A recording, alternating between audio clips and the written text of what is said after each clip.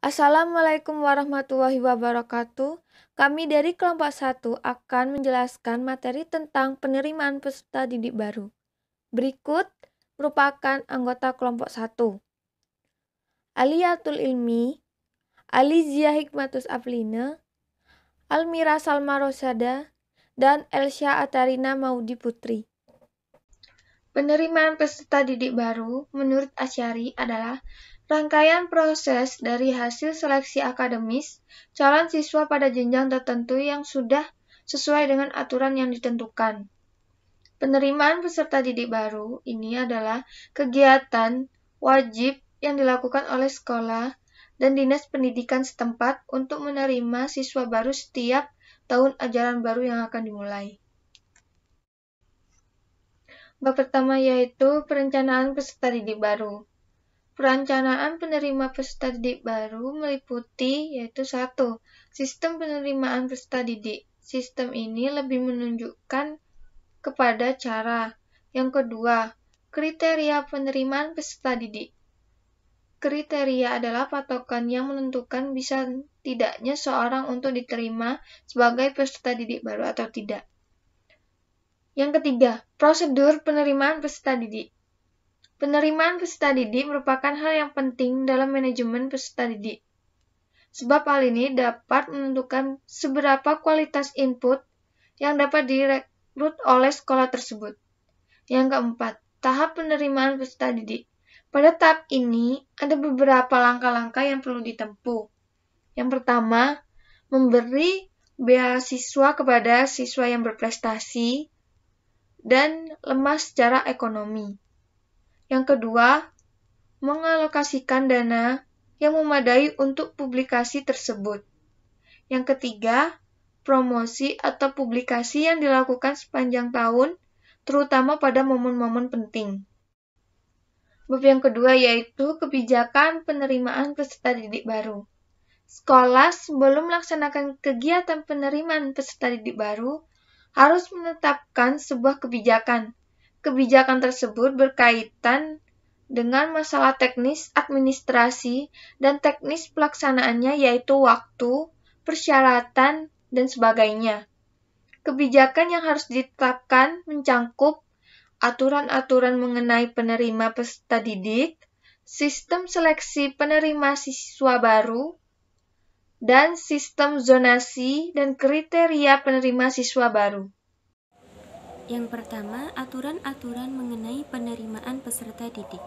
Aturan-aturan mengenai penerimaan peserta didik meliputi jumlah peserta didik baru yang diterima, faktor kondisi sekolah, daya tampung kelas baru, kriteria peserta didik yang diterima, anggaran yang tersedia, sarana dan prasarana yang ada, tenaga pendidikan dan kependidikan yang tersedia, jumlah peserta didik yang tinggal kelas, sistem pendaftaran dan seleksi peserta didik baru, waktu pendaftaran, personalia yang terlihat dalam penerimaan peserta didik baru. Yang kedua, sistem seleksi penerimaan peserta didik baru.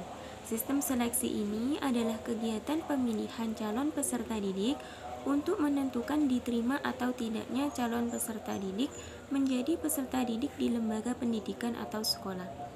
Seleksi yang dapat digunakan yaitu yang pertama, seleksi berdasarkan nilai ujian nasional, yang kedua berdasarkan penelusuran minat dan kemampuan, yang ketiga seleksi berdasarkan hasil tes masuk ujian yang khusus diadakan oleh lembaga pendidikan. Yang ketiga, sistem zonasi. Penerapan kebijakan sistem zonasi dalam PPDB diatur dalam Permendikbud nomor 14 tahun 2018. Dalam peraturan tersebut disebutkan sekolah wajib menerima paling sedikit 90% siswa yang berdomisili di zona sesuai ketentuan pemerintah daerah. Perspektif para pelaku pendidikan dalam hal ini, guru dan kepala sekolah tentang zonasi meliputi zonasi memudahkan akses layanan pendidikan, zonasi memeratakan kualitas sekolah, zonasi menurunkan kualitas sekolah, zonasi tidak cocok ditetapkan di tingkat SMA, sistem zonasi membatasi siswa memilih sekolah, kebijakan zonasi harus disertai pemerataan sarana dan prasarana pendidikan, zonasi merusak kebinekaan. Selanjutnya, kriteria penerimaan peserta didik baru. Setiap sekolah tentunya memiliki kriteria yang berbeda-beda dalam menentukan calon peserta didik yang nantinya akan diterima di sekolah tersebut. Jadi, sekolah tersebut seperti membuat patokan-patokan yang nantinya untuk mengetahui bagaimana calon peserta didik yang bisa diterima atau tidak di suatu sekolah tersebut. Kriteria penerimaan peserta didik baru ada 3, yakni yang pertama, kriteria acuan patokan. Di dalam kriteria acuan patokan ini, jadi sekolah seperti membuat patokan atau patokan minimal yang diperuntukkan untuk calon peserta didik baru. Sehingga apabila calon peserta didik baru tersebut tidak memenuhi patokan minimal yang sudah ditentukan, maka calon peserta didik baru tersebut tidak akan diterima di sekolah tersebut. Selanjutnya, kriteria acuan norma. Kriteria acuan norma ini didasarkan dari rata-rata prestasi yang dimiliki oleh calon peserta didik tersebut. Jadi, ketika calon peserta didik baru mengikuti seleksi menggunakan prestasi, maka sekolah akan meranking penilaian prestasi dari yang tertinggi sampai terendah. Dan yang ketiga, berdasarkan daya tampung sekolah. Dalam kriteria berdasarkan daya tampung sekolah, sekolah akan menentukan berapa jumlah daya tampung yang nantinya diperuntukkan untuk calon peserta didik baru. Kemudian setelah menentukan, sekolah melakukan sistem ranking dari atas atau yang tertinggi nilainya sampai bawah atau nilai yang sudah memenuhi batas daya tampung yang sudah ditentukan oleh sekolah. Selanjutnya yakni prosedur penerimaan peserta didik baru. Prosedur penerimaan peserta didik baru adalah langkah-langkah yang dilakukan oleh pihak sekolah dalam menerima siswa atau siswi baru setiap tahunnya. Adapun langkah-langkah dari prosedur penerimaan peserta didik baru. Yang pertama yakni pembentukan panitia PPDB. Dalam pembentukan panitia PPDB yang harus dilakukan adalah yang pertama, membentuk ketua umum. Selanjutnya membentuk ketua pelaksana, selanjutnya membentuk wakil ketua pelaksana, selanjutnya membentuk sekretaris, membentuk bendahara, membentuk seksi pendaftaran, membentuk seksi promosi, membentuk seksi seleksi, dan yang terakhir membentuk seksi sarana prasarana dan kesekretariatan. Selanjutnya rapat PPDB. Dalam pelaksanaan rapat PPDB ini banyak membahas tentang pembuatan pengumuman PPDB, pemasangan atau pengiriman pengumuman PPDB, membuat jadwal pendaftaran calon peserta didik baru, dan bagaimana sistem seleksi yang nantinya akan digunakan untuk calon penerimaan peserta didik baru. Selanjutnya, pembuatan pengumuman PPDB. Dalam pembuatan pengumuman PPDB harus memuat beberapa hal, yakni gambaran singkat tentang sekolah tersebut. Kedua, persyaratan untuk para calon peserta didik yang disesuaikan dengan jenjang sekolah selanjutnya. Selanjutnya, penentuan tanggal pendaftaran, kemudian jalur pendaftaran yang akan digunakan, kemudian bagaimana alur untuk pendaftaran peserta didik baru, kemudian menentukan tempat pendaftaran yang akan digunakan, menentukan biaya pendaftaran, dan tanggal penetapan hasil seleksi pengumuman calon peserta didik baru. Selanjutnya, pemasangan dan pengiriman pengumuman PPDB.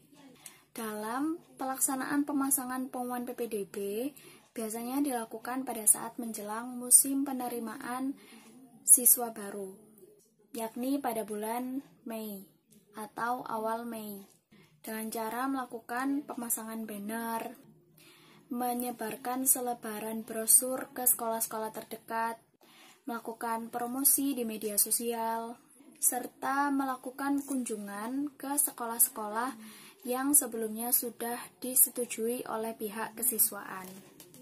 Selanjutnya, pendaftaran calon peserta didik baru.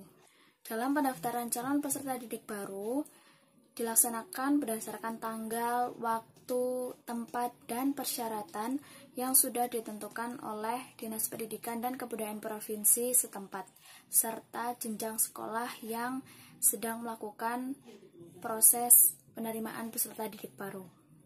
Selanjutnya, seleksi calon peserta didik baru. Kegiatan seleksi calon peserta didik baru ini dilakukan dengan tujuan untuk mengetahui mana calon peserta didik yang sesuai dengan kriteria yang sudah ditentukan oleh sekolah. Selanjutnya yakni rapat penentuan calon peserta didik yang akan diterima. Dengan adanya rapat penerimaan calon peserta didik baru ini, nantinya diharapkan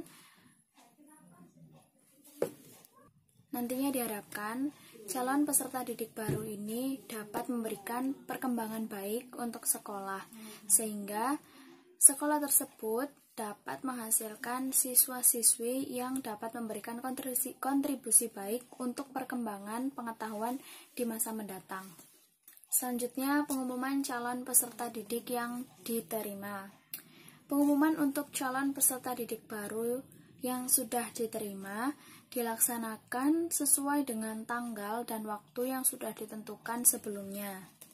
Dan pengumuman calon peserta didik yang diterima ini akan disampaikan melalui website online suatu sekolah atau ditempel melalui papan pengumuman yang ada di sekolah, sehingga seluruh pendaftar dapat mengetahui apakah dirinya diterima atau tidak di sekolah tersebut. Dan yang terakhir, pendaftaran ulang untuk peserta didik baru yang dinyatakan diterima. Pelaksanaan pendaftaran ulang ini diperuntukkan bagi peserta didik yang memang dinyatakan diterima oleh suatu sekolah tersebut. Pada proses pendaftaran ulang ini, peserta didik menyiapkan beberapa berkas-berkas yang dibutuhkan oleh sekolah.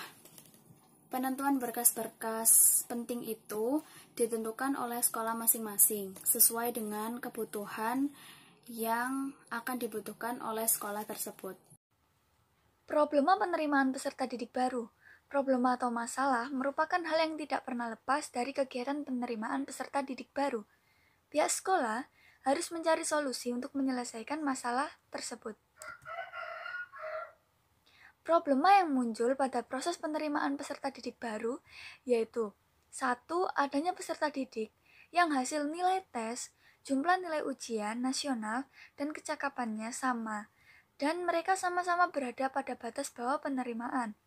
2. Adanya calon peserta didik yang dari segi kemampuan masih kalah dibandingkan dengan yang lainnya, tetapi yang bersangkutan mendapatkan nota dari pejabat tertentu yang memiliki kekuasaan tinggi di daerah tempat sekolah itu berada.